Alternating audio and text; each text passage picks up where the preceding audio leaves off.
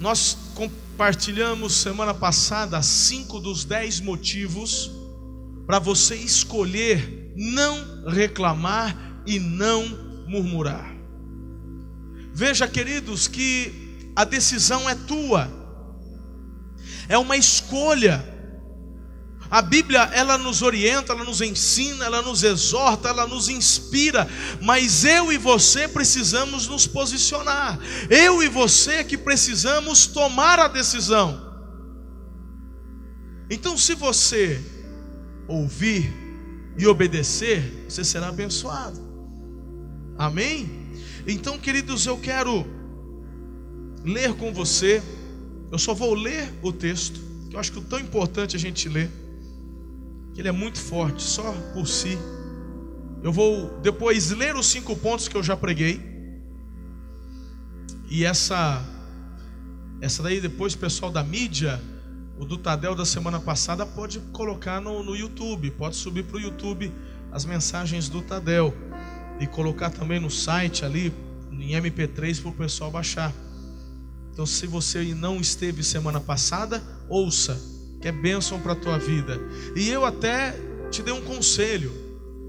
Pegue o Números 14 e anota na capa da tua Bíblia. Cola, faz. Você está com problema. Porque tem épocas, meu irmão, que a gente tem que vigiar mais nessa área da murmuração, é ou não é? Não é verdade? Então, meu irmão, coloca como descanso de tela, Números 14. Você vai se lembrar destes princípios. Anote esses 10 princípios na capa da Bíblia, para você não esquecer e se lembrar. Mas eu sempre vou estar pregando essa mensagem, tá bom? Então olha só o que diz a palavra de Deus. Números 14. 10 motivos para você escolher não reclamar e não murmurar. Naquela noite toda a comunidade começou a chorar em alta voz.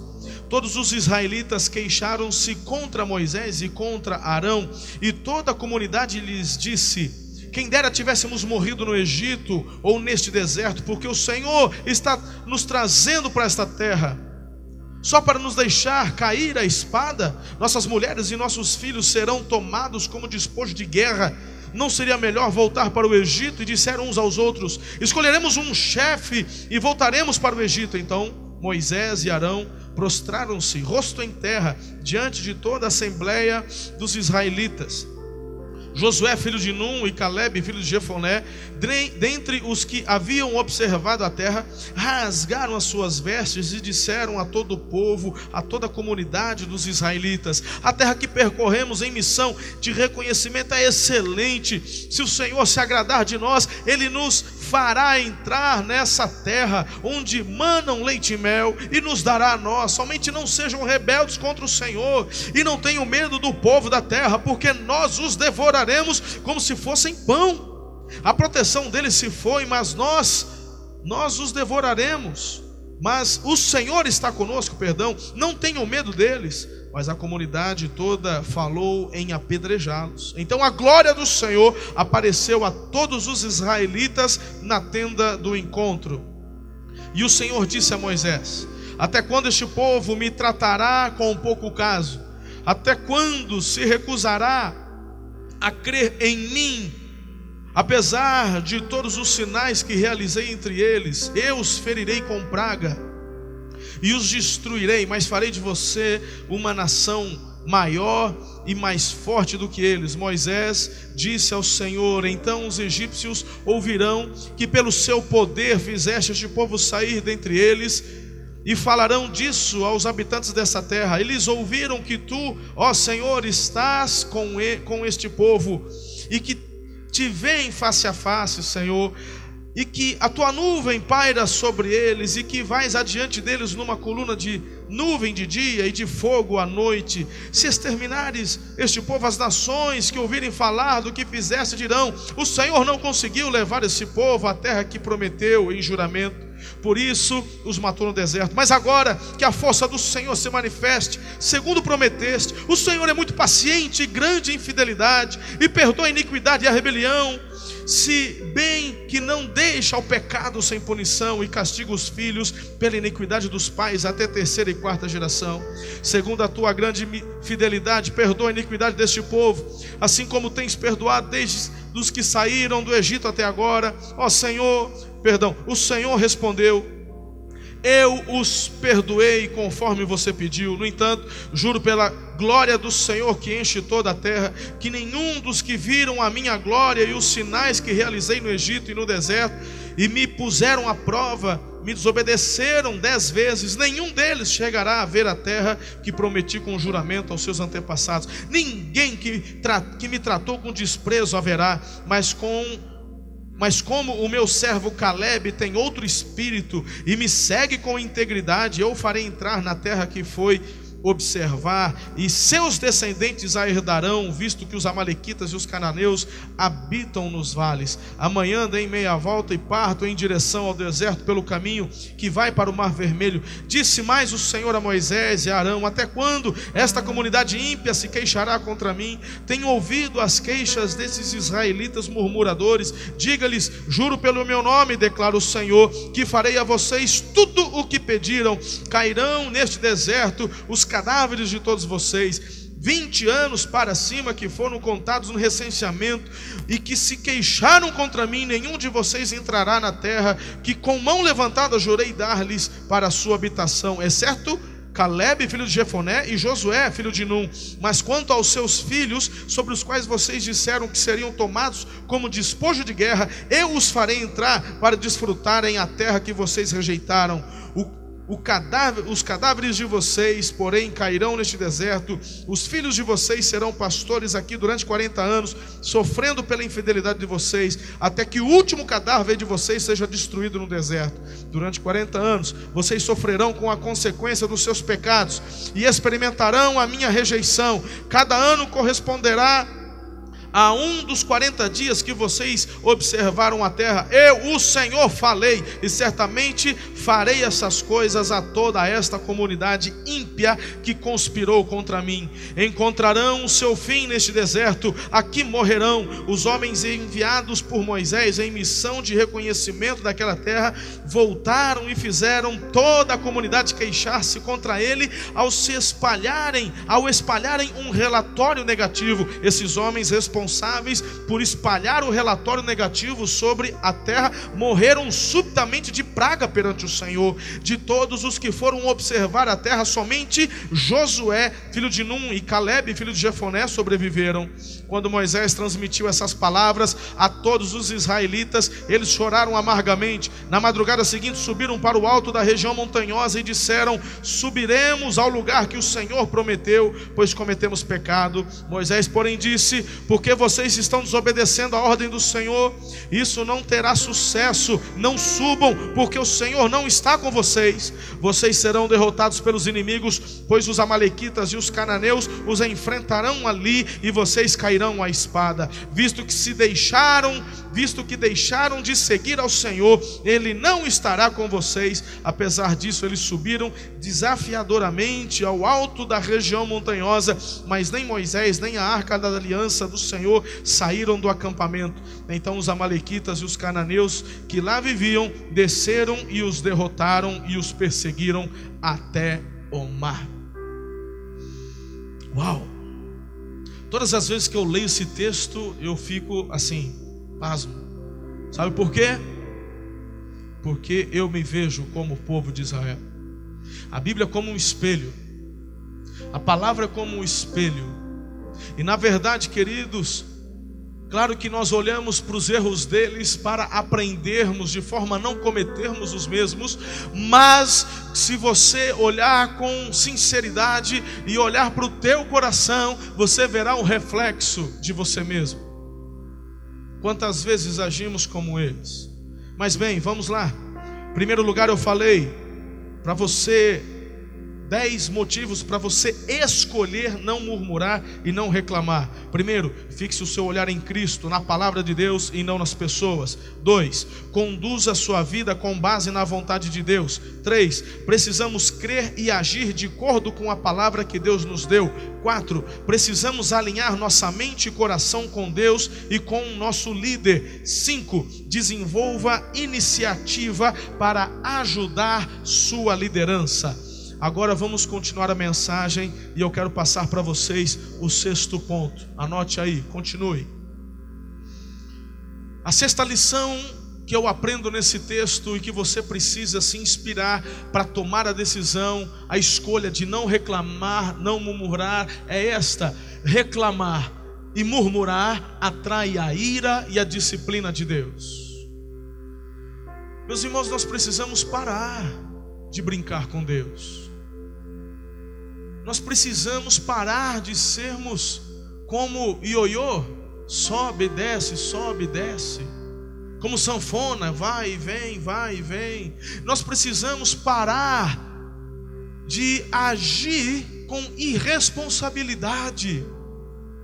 Muitas vezes tomamos decisões que vão influenciar nossa vida, filhos, física, emocional, material e principalmente espiritual. Veja como o Senhor se manifesta. Você entendeu a leitura? Que às vezes tem gente que tem um pouquinho mais de dificuldade de concentração, e às vezes uma leitura um pouco mais estendida, ele vai até a Lua, dá uma passeadinha por Plutão, chega em Marte, quando o pastor põe o ponto final, ele volta aqui para o planeta Terra. Deixa eu te explicar um pouquinho. Queridos, eles estavam perto de Canaã. Canaã é a terra prometida. Canaã era o objetivo final deles. Eles mandaram 12 espias para averiguar, para dar uma olhada. Os 12 retornam, 10 falam: de fato, tudo que o Senhor falou acerca da terra é verdade. Ela mana leite e mel, é uma terra próspera. Mas os 10 falaram assim: nós vamos morrer, porque eles são fortes demais. Somente Josué e Caleb falam: não, o Senhor é conosco. Mas aqueles 10, eles contaminaram toda a multidão. E olha só o que eles começaram a fazer: se levantaram contra Moisés e Arão. É sempre assim, filhos. É a responsabilidade que recai sobre os nossos ombros, nós que somos líderes. E não adianta reclamarmos. É sobre você que é líder da sua casa, você que é o homem da casa, você é o líder. Minha irmã, se você já é viúva, se você cuida dos seus filhos só, você é a líder que Deus colocou naquele lar. A responsabilidade recai sobre os nossos ombros. Você é o líder da célula. Aquelas 10, 12 pessoas que Deus te confiou, é responsabilidade tua cuidar, amar. Mas é interessante que no momento da crise, no momento da dúvida, no momento, meu irmão, onde o vento bate no barquinho, como a gente ouviu aquele menininho cantar domingo à noite, eu começo a reclamar. E aí eles se voltam contra Arão e Moisés. Mas olha que interessante, filhos. Eu não estou falando que Moisés era perfeito, não estou falando que Arão era perfeito, mas foram os 2 líderes que Deus colocou sobre a nação. Eu não estou querendo aqui legislar em causa própria, irmãos, eu não preciso disso. Até mesmo porque os irmãos me honram muito, sou respeitado por vocês, e louvado seja o nome do Senhor por isso. Mas eu sei, meu irmão, se Jesus em 12 não tinha 100%, não sou eu, o bobo, achar que 100% de vocês gostam de mim. Mas esse não é um problema meu, esse é um problema seu. O que eu estou querendo te alertar, filho, que quando aquelas pessoas se levantaram contra a liderança para falar mal de Arão e Moisés, Deus manifesta a presença dele na tenda do encontro.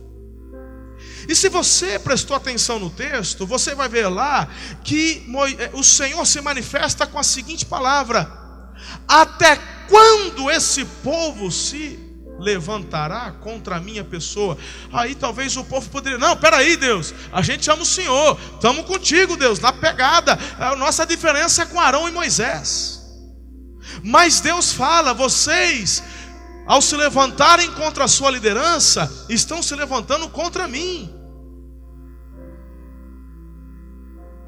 E é interessante que o Senhor parte em defesa então de Moisés e Arão. E veja como se levanta a ira do Senhor contra o povo. E o Senhor ainda enumera, ele fala: por 10 vezes me rejeitaram. Aí, meu irmão, eu falei assim: Senhor, quantas vezes eu já murmurei e reclamei? Porque aí, meu irmão, eu preciso entender algo.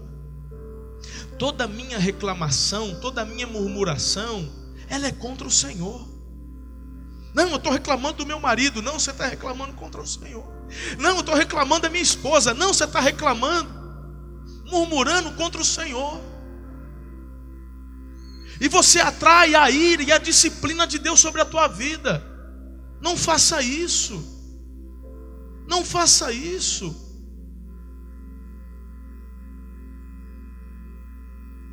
Por que eu estou te ensinando? Eu estou te ensinando que eu quero vê-lo crescer, quero vê-lo prosperar. Eu não quero ver você andando em círculos no deserto, perdendo tempo e energia. Eu quero ver você conquistando Canaã, filho. Eu quero ver você avançando. É um princípio bíblico. É um princípio bíblico. Agora deixa eu te dizer outra coisa. Que o inimigo já se levanta: então, pastor pode errar, pecar, adulterar, roubar e está tudo. Não, meu irmão. Deus nunca deixou impune o pecado. O próprio Moisés fala: tu és rico em misericórdia, mas nunca deixa o pecado sem punição. Deus se levanta. O Salmo 37 fala que Ele é o meu juiz, Ele é o meu guardador, Ele é aquele, meu irmão, que fará a tua justiça resplandecer como o sol ao meio-dia. Mas quando você se levanta para julgar, aí então, meu irmão, você deixa de lado o juízo de Deus e assume a postura de Deus sobre a sua própria vida, atraindo assim a ira e a disciplina dele sobre você. Não faz sentido, isso não é bênção para a tua vida. Quem está entendendo o que eu estou falando? É isso, meu irmão, que eu preciso não só entender, mas eu preciso reproduzir. Eu preciso reproduzir na minha célula. Meu irmão, veja que quando a mulher derramou o bálsamo de alabastro sobre Jesus, a igreja reclamou. Sempre tem um que reclama, filho. Que absurdo, jogando dinheiro fora, onde já se viu? E olha só que a reclamação, ela muitas vezes não é absurda. A reclamação, ela tem muitas vezes um ponto de partida de um raciocínio lógico, entre aspas. A igreja reunida ali com Jesus reclamou: esse dinheiro poderia ser utilizado para abençoar muitos pobres. Diga para mim, é bom ou não é bom abençoar os pobres? Muitas vezes a fofoca, a maledicência, a reclamação e a murmuração partem de uma suposta ideia boa, mas que na verdade tem um cunho de contrariar a direção e o direcionamento de Deus para a igreja. Não preciso nem falar que eu estou me referindo a Judas. Quem reclamou foi Judas. Não preciso nem falar o que ele fez e o fim dele. Agora eu tenho que avaliar o meu coração. O quanto eu estou reclamando, o quanto eu estou murmurando dentro da direção e direcionamento que o papai tem dado para a nossa igreja.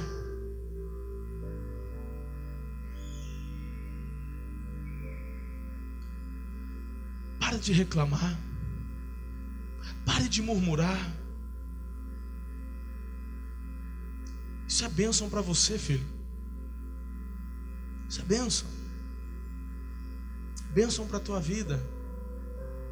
Se o teu supervisor está falhando, se o teu supervisor está em pecado, o Senhor não deixará impune o pecado. Se o teu pastor está em pecado, Deus não deixará impune o pecado. Se a diretoria, o conselho da tua igreja está agindo de má fé, Deus não deixará o pecado impune. Ele é Deus. Mantenha o seu coração fiel diante dele. Tem gente, por exemplo, né, que às vezes, eu me lembro,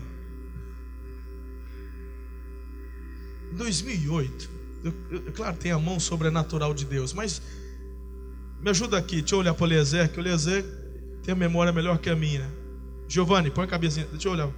Mas 2008, a gente passou 2008 lutando para alcançar o orçamento da igreja, não era assim? Rapaz, mas era um sofrimento. Era um sofrimento alcançar o orçamento. Lembra, Alexandre? Que luta, tal. Final do ano saiu uma turma forte.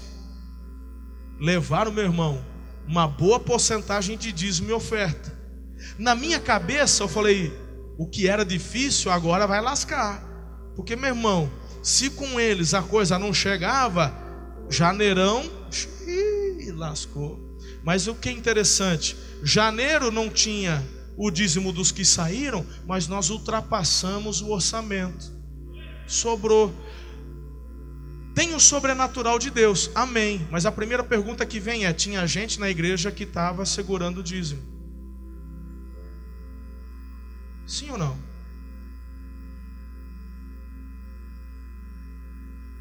Filho, se você não está de acordo, é o que eu expliquei alguns domingos aqui. Por favor, eu não estou reclamando, nem exortando, estou ensinando. Graças a Deus eu avisei ainda domingo de manhã. A igreja fechou no orçamento em janeiro. Estamos caminhando. Mas é um ensinamento. Porque o inimigo das nossas almas, ele quer frear, ele quer parar o que está em andamento. Aí você fala assim: ai, não está do jeito que eu gosto o espaço gourmet. Eu já falei que eu não queria desse jeito. Eu já cansei de dar ideia para o Wagner. Já falei para o pastor que refrigerante faz mal, vende refrigerante. O que eu faço? Eu vou lá e seguro o dízimo. Mas ele fala: mas o dízimo não é meu, é de Deus. Aí ele vai lá e doa em outro lugar.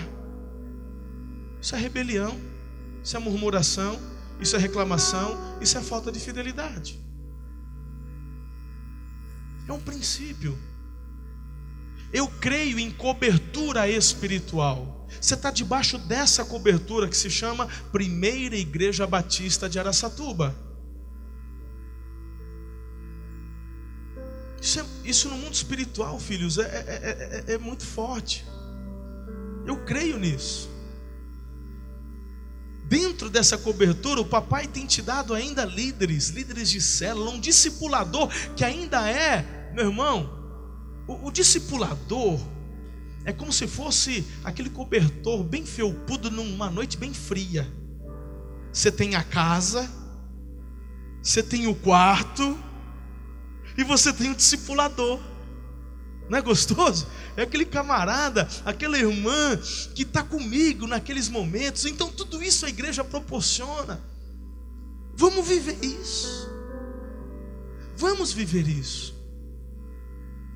Quando eu começo a reclamar, a murmurar, eu começo a perder a bênção, porque eu tiro o meu foco.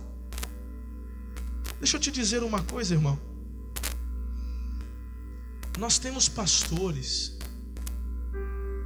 aqui no estado de São Paulo e ao redor do Brasil que têm vindo me procurar. Eles ligam chorando para mim. Alguns jovens conheceram o pastor Dinair. Não foi convite meu para ele vir para cá. Um pastor de Campinas disse: ó, está acontecendo um Pentecostes lá na PIB de Araçatuba. Ele pegou as férias dele e veio para cá. Pediu: por favor, me atende aí, pastor. Aí vai com a Ludmila, desmarca uns MDAs e tal. E esse pessoal chega no meu gabinete. primeira coisa que fazem é chorar. Choram, choram, choram, choram, choram. Tem pastores que vêm, eu trago às vezes aqui durante a semana, tudo vazio. A hora que eles entram aqui, olham isso aqui vazio, começam a chorar.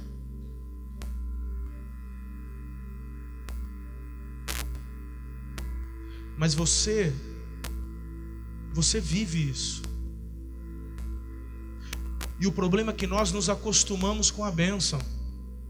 Nós nos acostumamos com o maná. E aí, queridos, a gente começa a correr o risco de falar: minha alma está enjoada desse maná. Minha alma tem fastio deste maná. Estou enjoado. Tem gente passando fome. Tem igrejas morrendo. Tem igrejas que não têm trabalho com juventude, adolescentes, crianças. Eles olham para a nossa igreja, se espelham. Quando eu saio em viagem, filhos, não é porque eu gosto. Pergunta para alguns que viajaram comigo. Pergunta para o Vicente, que me acompanhou. Pergunta para o Haldman, que me acompanhou. É cansativo. Você dorme pouco. Você não tem lugar certo para dormir, né, Haldman? Você não sabe se vai ter banho gelado, banho quente. Vicente ainda deu sorte grande, ficamos num hotel. Queridos, saímos à noite, viajamos de madrugada. Por quê? A gente chega lá e compartilha só o que Deus está fazendo aqui, e a palavra que eu prego aqui, eu prego lá. É isso, Vicente? Haldman, Giovanni, Lucas, Fabrício, tem me acompanhado mais? O que vocês veem acontecendo quando a gente prega o que prega aqui e prega lá fora? O que vocês viram acontecer? O que você viu acontecer? As pessoas se derramam, choram e começam a declarar: sobre nós virá um novo tempo. Nós queremos isso que está acontecendo lá. Aí, queridos, veja o perigo. Olha o perigo. Aí a gente volta e de repente encontra pessoas, líderes, reclamando do maná que Deus tem dado. Às vezes o maná não é um churrasco, filho, mas Ele prometeu o leite e o mel. Mas hoje Ele está dando maná. Ele está falando: o maná não vai faltar. Mas olha, continuem, o leite e o mel serão abundantes. O que eu quero dizer? Você é inteligente, você já entendeu. Se hoje não está, querido, lá na sua célula, lá no seu departamento, na equipe de louvor, com as crianças, com os adolescentes, com os jovens, velhos, nós ainda não temos um trabalho para a terceira idade. Meu coração bomba por isso daí. Daqui 4 anos, queridos, as pesquisas dizem que teremos mais velhos que crianças no Brasil. Nós ainda... Por quê? Porque tem que nascer um líder, tem que nascer um pastor, uma pastora que vai cuidar, que vai fazer um trabalho lindo com a terceira idade. Nós não temos ainda. Mas o maná não falta. Tem um maná para eles também. Ministério infantil. Eu sei que o Espírito Santo põe aqui e aqui. Eu sei onde eu quero chegar. Eu sei onde com excelência eu quero chegar para o meu Deus. Eu sei. E Ele vai me capacitar para isso. Um dia chegará o leite e mel. Mas hoje Ele vai dar o maná. O problema é quando olhamos para o maná e falamos: minha alma não aguenta mais esse maná. Deus fala: 10 vezes vocês me rejeitaram. Chega. Eu tenho medo. Eu tenho medo. Basta, Deus não precisa fazer assim. Basta Ele fazer isso.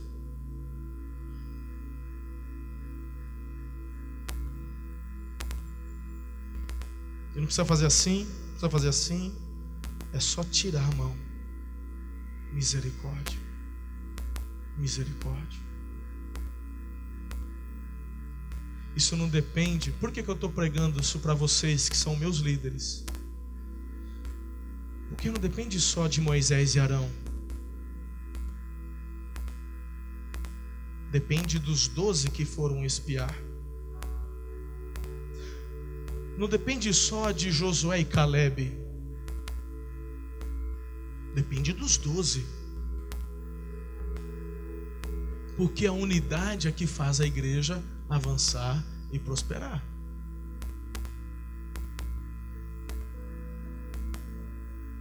Amém? O que está bom pode ficar melhor. E essa palavra, queridos, eu estou dando com o meu coração muito alegre. É duro ter que trazer uma palavra dessa em tempos de crise.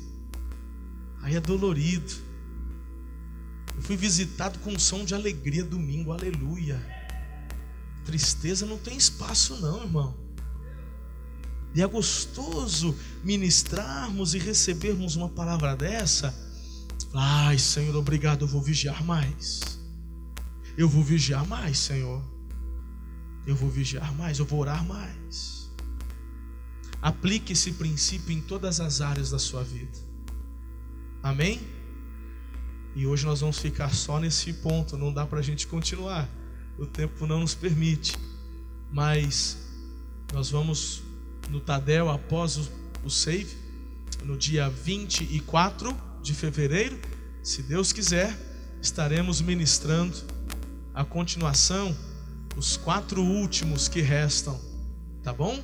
Mas hoje nós aprendemos: murmurar e reclamar atrai a ira e a disciplina de Deus.